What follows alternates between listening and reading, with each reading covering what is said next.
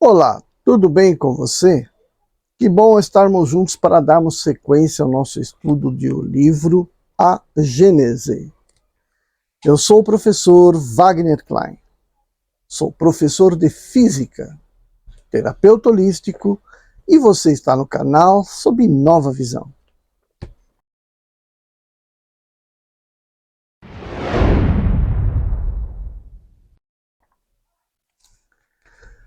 Hoje, dia 31, encerrando o capítulo 13, então 13 encerrando em 31, eu gosto dessas combinações. Vamos para o item O Sobrenatural e as Religiões. Parágrafo 18.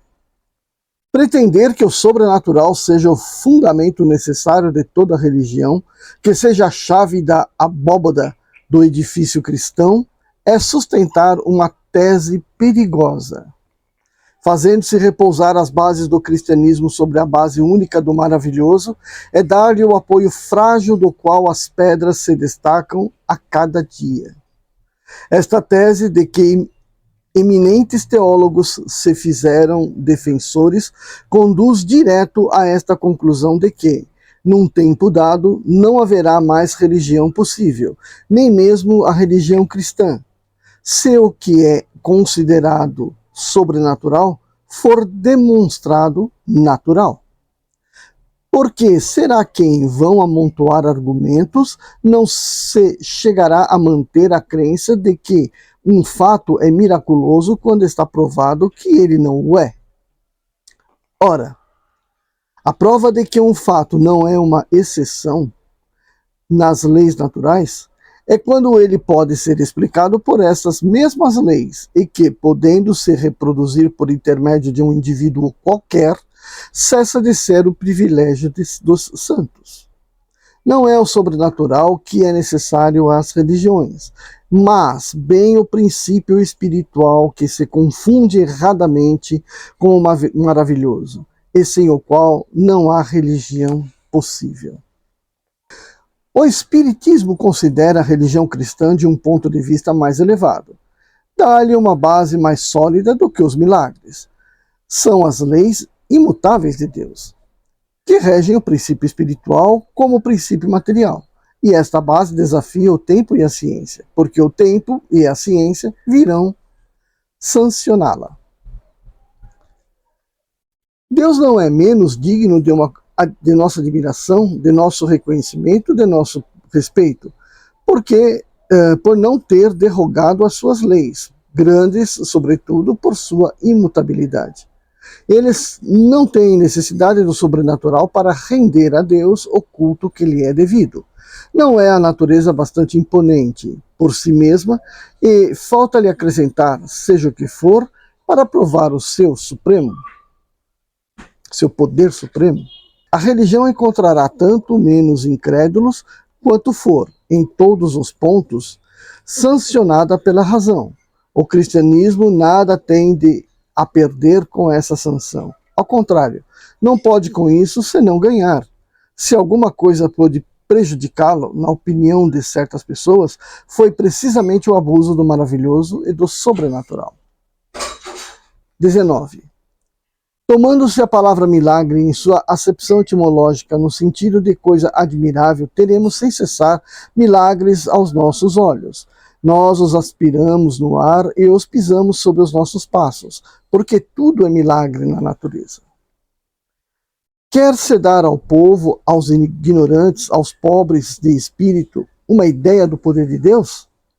É necessário mostrar-lhe sabedoria infinita que preside a tudo, no admirável organismo de tudo o que vive, na frutificação das plantas, na apropriação de todas as partes de cada ser às suas necessidades, segundo o meio onde está chamado a viver.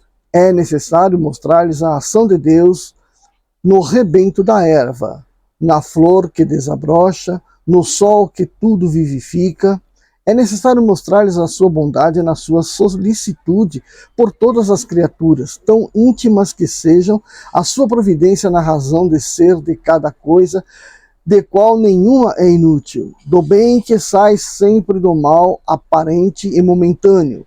Fazei-os compreender, sobretudo, que o mal real é a obra do homem, e não a obra de Deus. Não procureis amedrontá-los pelo quadro das chamas eternas, nas quais acabam por não acreditar e que os fazem duvidar da bondade de Deus. Mas encorajai-os pela certeza de poderem se resgatar um dia e reparar o mal que puderam fazer. Mostrai-lhes as descobertas da ciência como a revelação das leis divinas, e não como a obra de Satanás. Ensinai-os, enfim, a ler o nosso livro da natureza, sem cessar aberto diante deles. Nesse livro inesgotável, onde a sabedoria e a bondade do Criador estão inscritas em cada página. Então compreenderão que um ser tão grande, ocupando-se de tudo, velando por tudo, prevendo tudo, deve ser soberanamente poderoso. O lavrador vê-lo-á entrançando seus sulcos, e o infortunado o abençoará em suas aflições, porque a si mesmo dirão: se sou infeliz, foi por minha falta. Então os homens serão verdadeiramente religiosos, racionalmente religiosos sobretudo, bem melhor do que se crescem em pedras que suam o sangue, ou em estátuas que piscam os olhos e vertem lágrimas. Então aqui, né, a gente encerrou essa conversa sobre a crença nos milagres. Ou seja, a crença no sobrenatural. À medida que você crê na existência do sobrenatural, você se afasta ainda muito mais de Deus. Porque Deus criou o sobrenatural e depois criou o natural. Então, entre nós e o divino existe uma infinidade de ocorrências possíveis? Então não. A resposta é não, absolutamente não. A nossa distância de Deus está na nossa evolução, em entender as leis que ele criou para reger o nosso universo. E à medida que se interpreta, que se aprende, que se vive na matéria, é que a gente consegue crescer espiritualmente.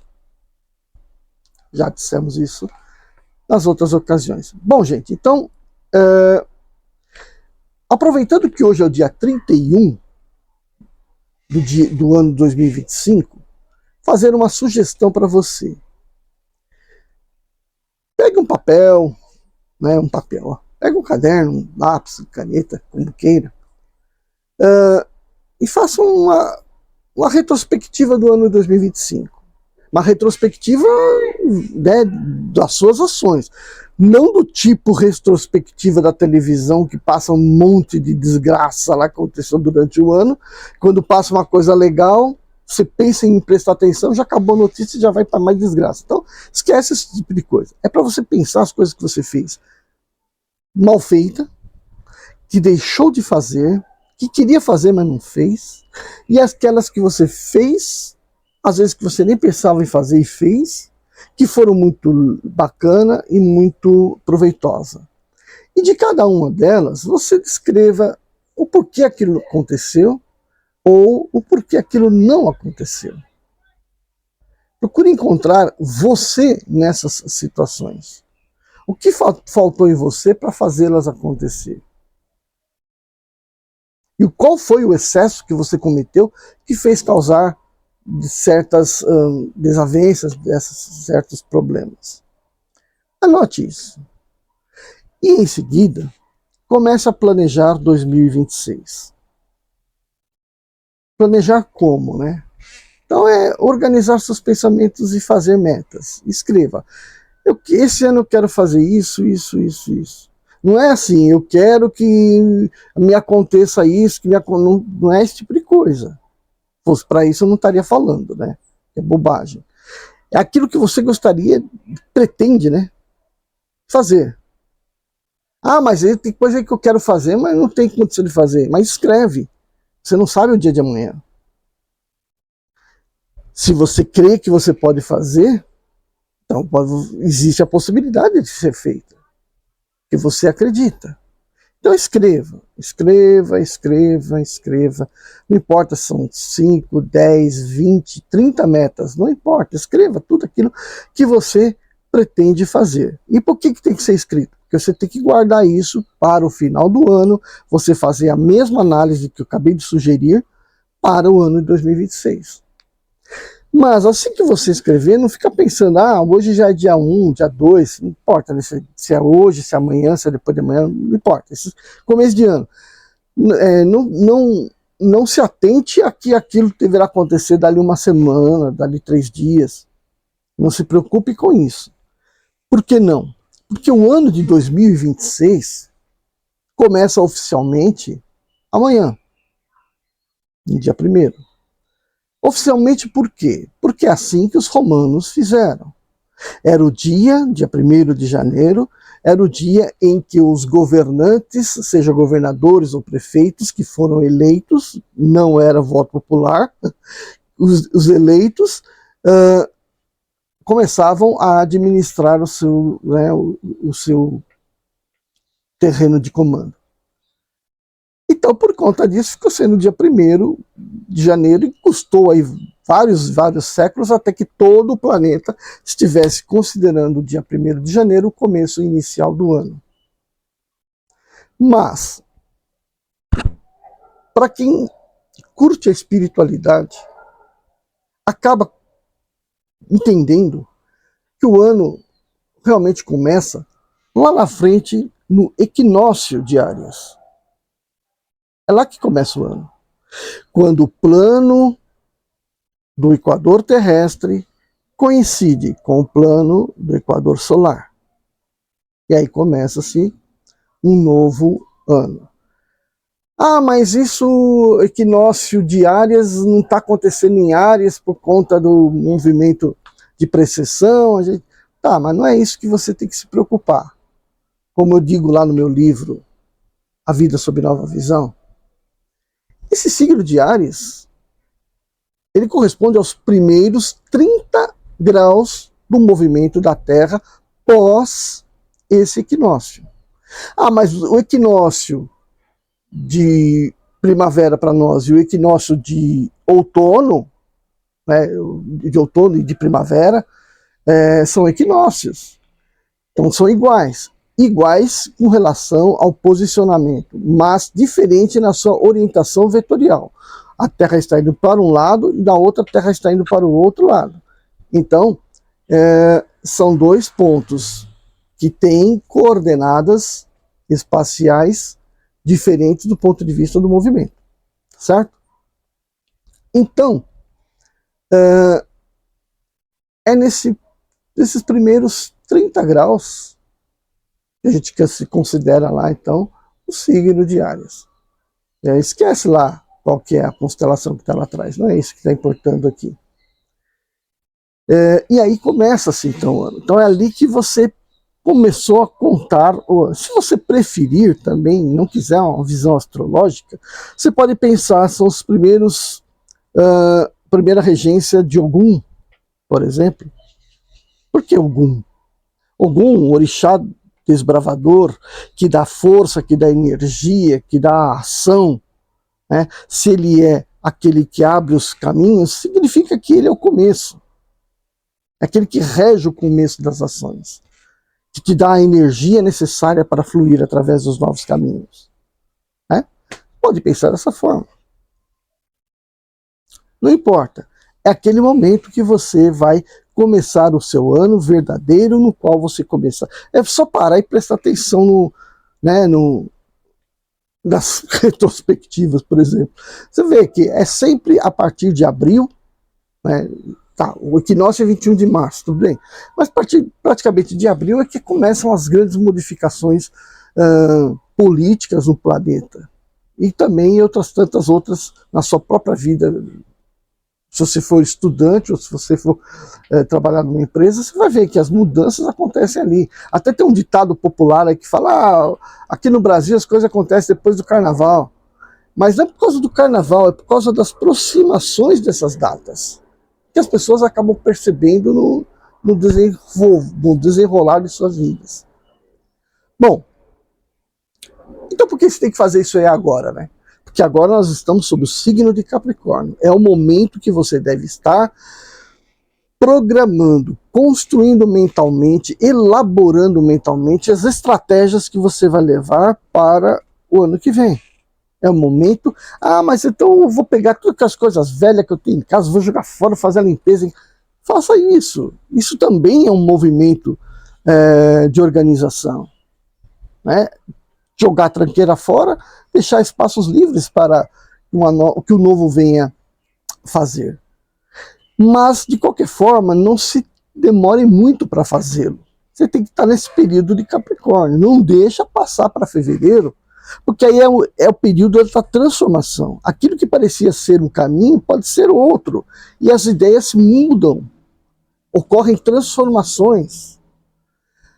A organização sofre um boom de desorganização para que tudo flua melhor. Não deixa chegar fevereiro. Ainda, né, nas primeira quinzena de janeiro, você deve estar realmente focado nessa construção, nessa organização para o ano que vem. Bom, gente, no nosso próximo vídeo, nós já estaremos no capítulo 14. Entraremos no capítulo 14, os fluidos, ok? E aí o bicho pega. Então, para esse ano de 2026, agora já em janeiro, teremos aqui as partes mais bem elaboradas aqui do Gênesis, para que a gente tenha ideias bem sólidas da nossa cabeça sobre o mundo espiritual, ok? Se você gostou desse vídeo, deixa seu like, não deixa de dar o seu joinha, ajuda que eu possa levar esse vídeo para mais gente, que o YouTube reconheça que esse vídeo é interessante. Se você não gostou, também ajuda, faz uma caridade, dá um like aí. Se você não está inscrito no meu canal, se inscreve, porque tem várias playlists aí que você pode acompanhar, né? Várias assim, né? Tantas playlists, mas de outras obras aí que eu faço discussões, tá bom? Deixa seu comentário, tá bom? E desejando a você uma boa passagem de ano, de 2025 para 2026, né? E outra coisa, né? Cuide do seu organismo, né? Para que você tenha um 2026 positivo, né? Muitas vezes as pessoas já caem nas lembranças daquelas coisas que não fez, deixou de fazer, e fala, ih, caramba, não queria fazer isso, mas não vai dar, e acaba se entregando a um mezinho a mais, um mezinho a menos, uma coisa que, né, possa desequilibrar o organismo. Não faça isso, né? Faça uma boa passagem de ano. Falou? Vejo você no próximo vídeo. Tchau, tchau. E com somente alegria,